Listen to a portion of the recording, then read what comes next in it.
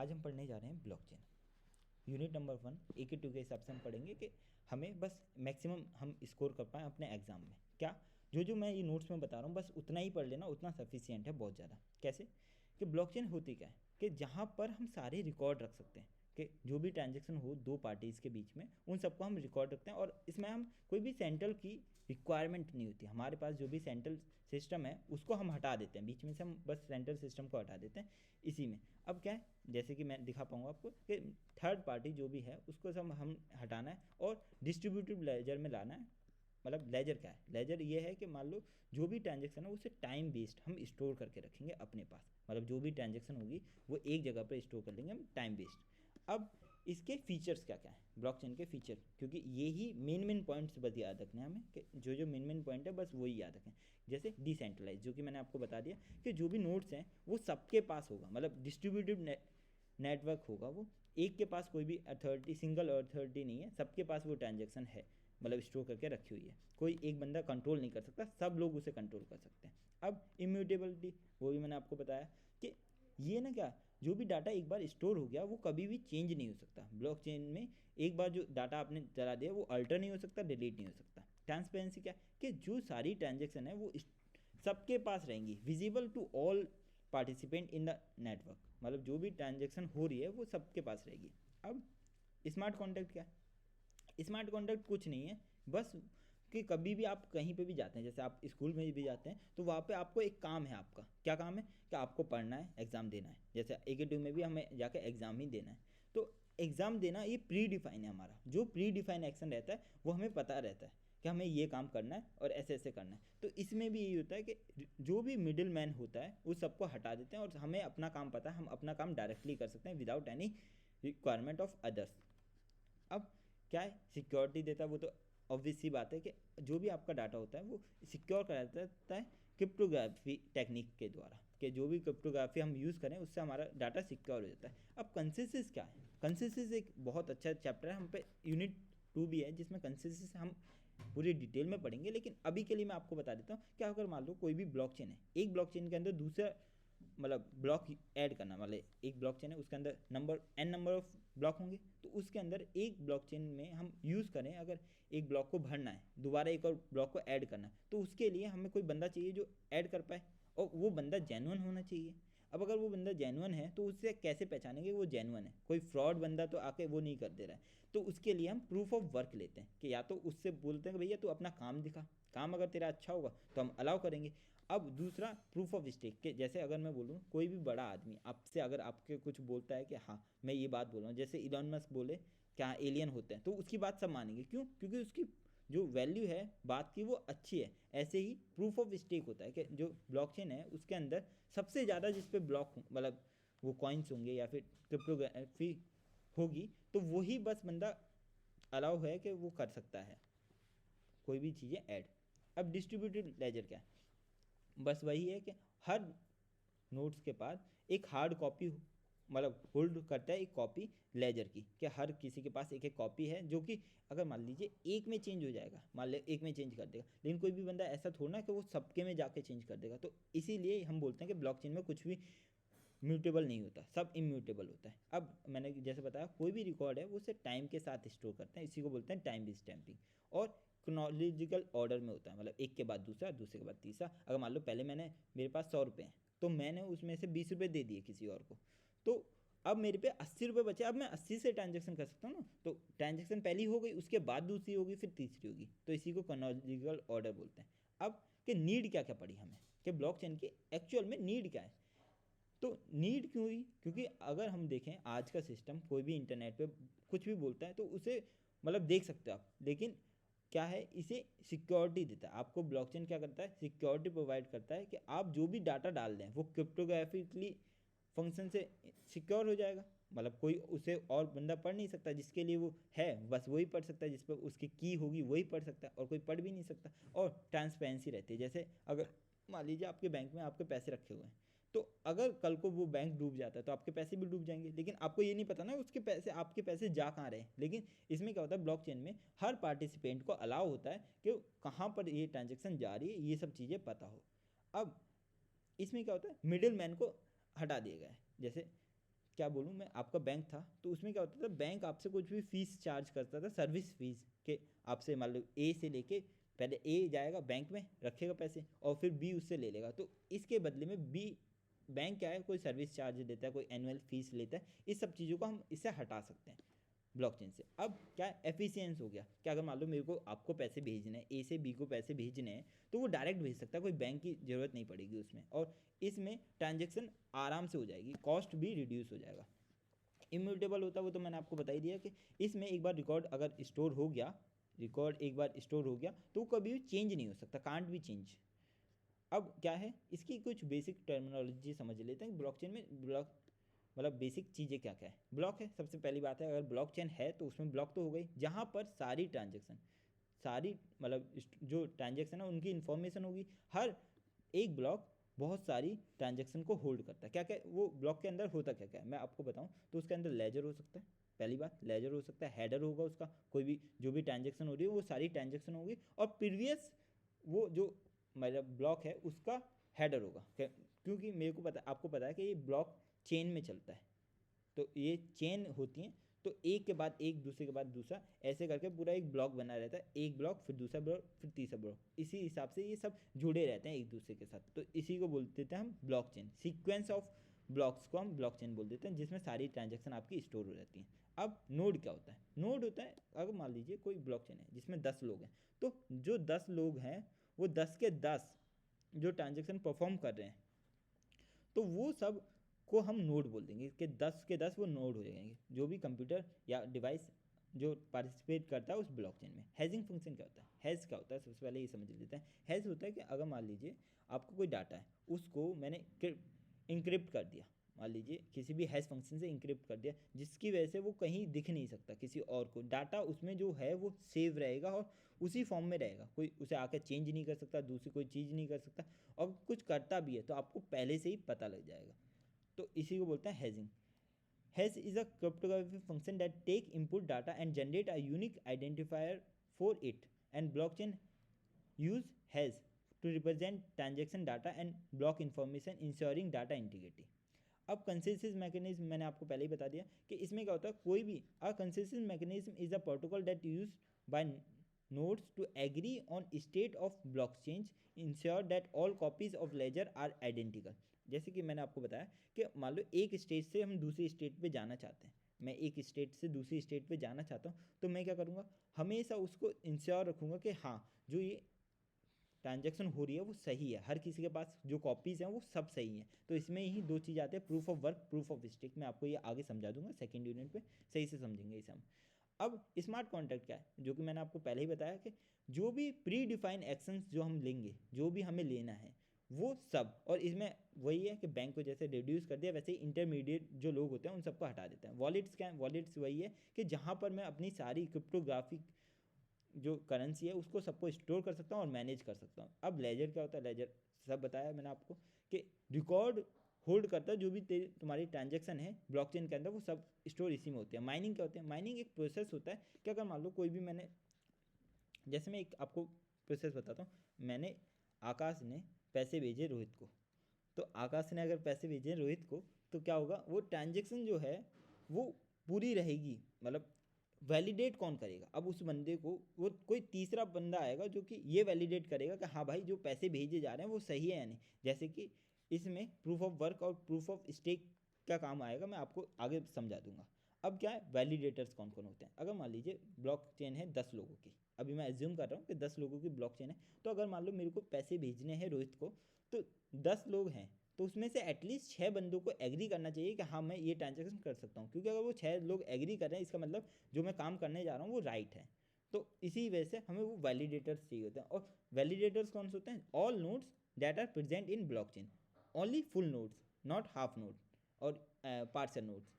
मैं ये आगे आपको बता दूंगा कि पार्सल नोड क्या होता है और फुल नोड क्या होता है। अभी बता देता हूँ कि फुल नोड वो होते हैं जो सारी ट्रांजेक्शन सब कुछ कर सकते हैं, और हाफ मतलब पार्सल नोड वो होते हैं जो पूरी ट्रांजेक्शन नहीं कर सकते, ओनली काम करने के लिए आते हैं, जैसे प्रूफ ऑफ वर्क या प्रूफ ऑफ स्टेक, ये जो काम करते हैं वो सब। अब कितने टाइप की ब्लॉकचेन होती है, 4 टाइप की ब्लॉकचेन होती है, लेकिन मेनली हमें 3 पढ़नी है।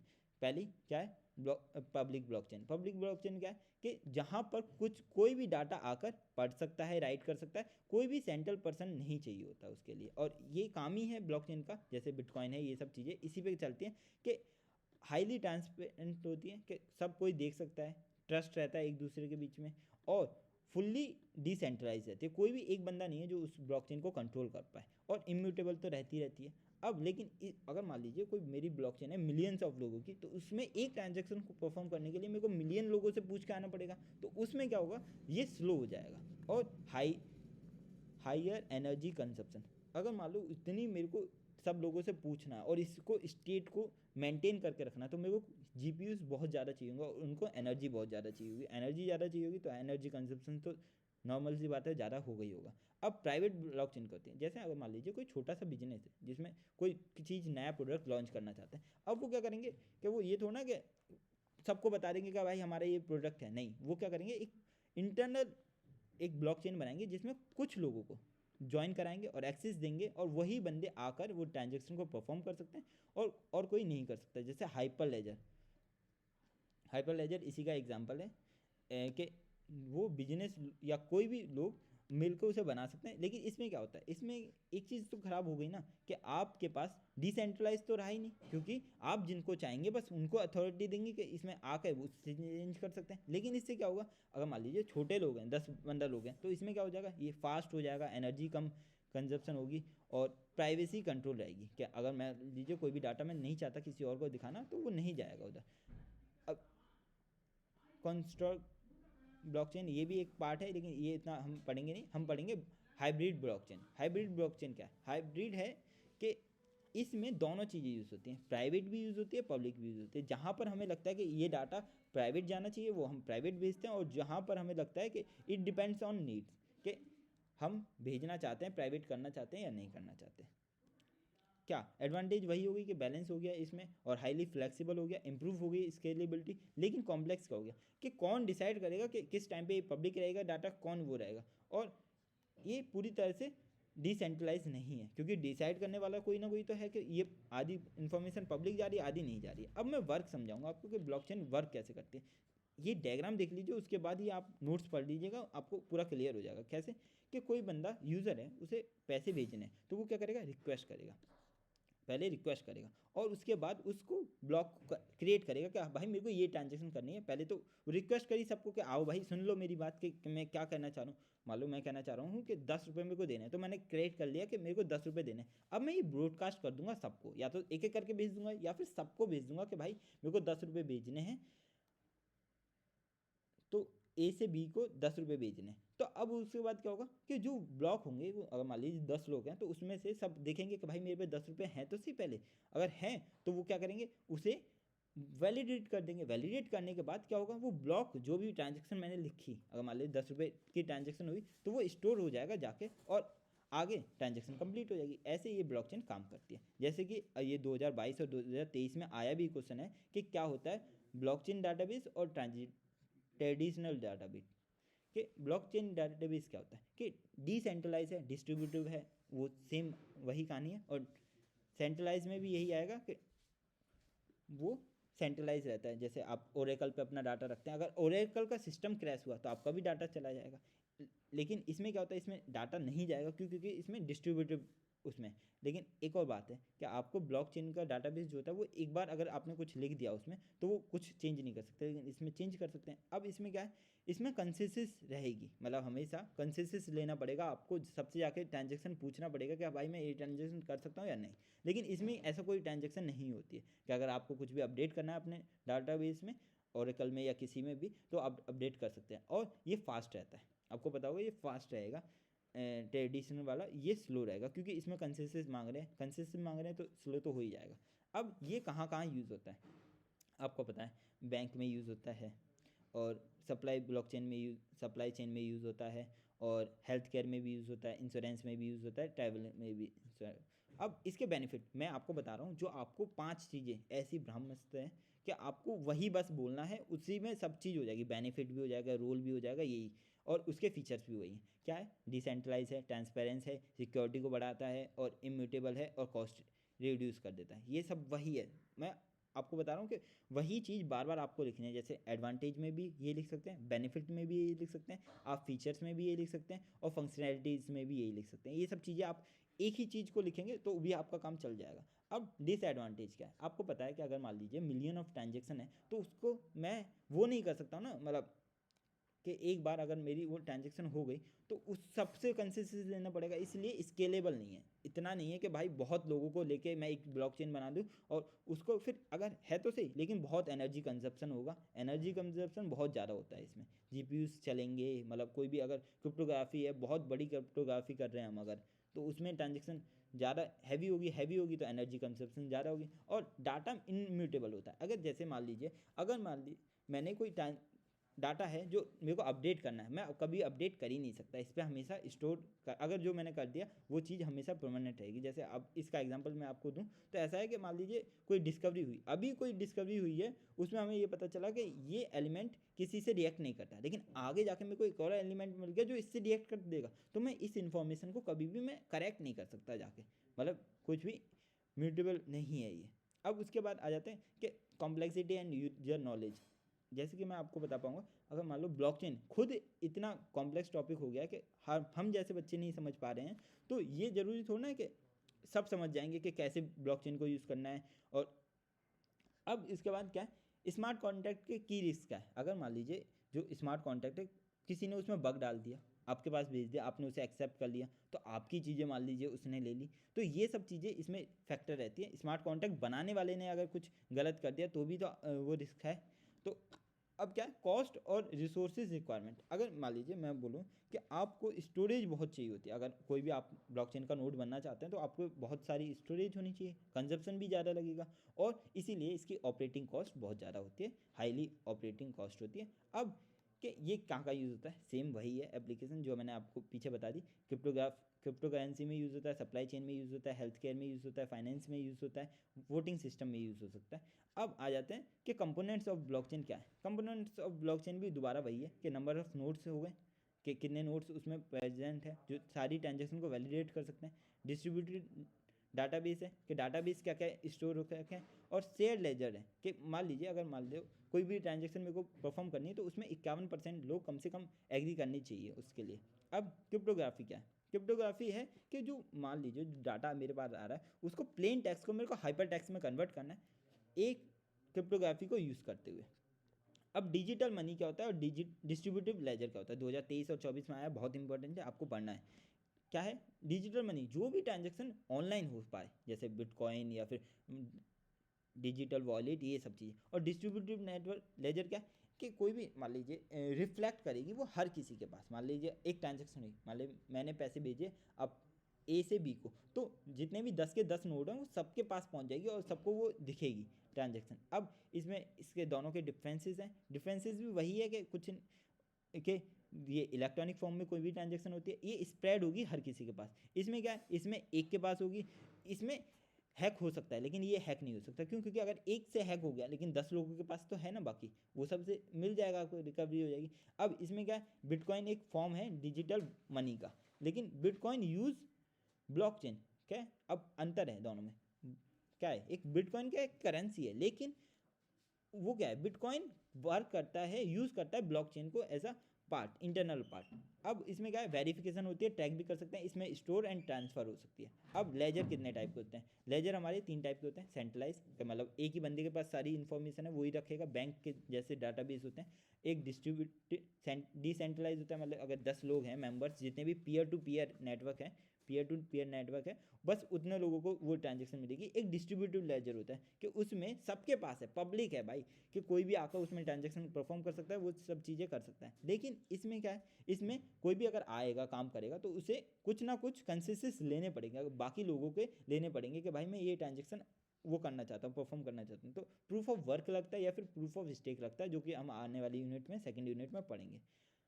तो अब मैं समझाता हूँ आपको कि इसका ये एक इंपॉर्टेंट क्वेश्चन है कि ऑन चेनिंग ट्रांजेक्शन क्या होती है, ऑफ चेनिंग ट्रांजेक्शन क्या होती है। ऑन चेनिंग क्या होती है, ऑन चेनिंग ये है कि आप मान लीजिए जो भी ट्रांजेक्शन परफॉर्म कर रहे हैं वो ब्लॉकचेन के अंदर कर रहे हैं, और ऑफ चेनिंग उसके ऑफकोर्स बाहर कर रहे होंगे। इसका सब अपोजिट है, एक बार इसको पढ़ लीजिए, इसका ये सब अपोजिट है। कैसे, इसमें ज़्यादा टाइम लगता है, इसमें सबको दिखेगा, ये एक्सपेंसिव होता है, ये क्या है, ये बेस्ट रहता है क्रिप्टोग्राफी के लिए। अब इसमें क्या है, इसमें आउटसाइड होगा, डन इंस्टेंटली होगा, मोर प्राइवेट होगा, चीप होगा और नॉन क्रिप्टोग्राफिक ट्रांजेक्शन होती है। अब इसके बाद मैं आपको आगे बताऊँगा कि बिटकॉइन क्या है, तो वो मैं नेक्स्ट वीडियो में आपको पार्ट 2 में बताऊँगा। Thank you for listen, like and share. अभी मैं दूसरी एक और वीडियो बनाऊँगा।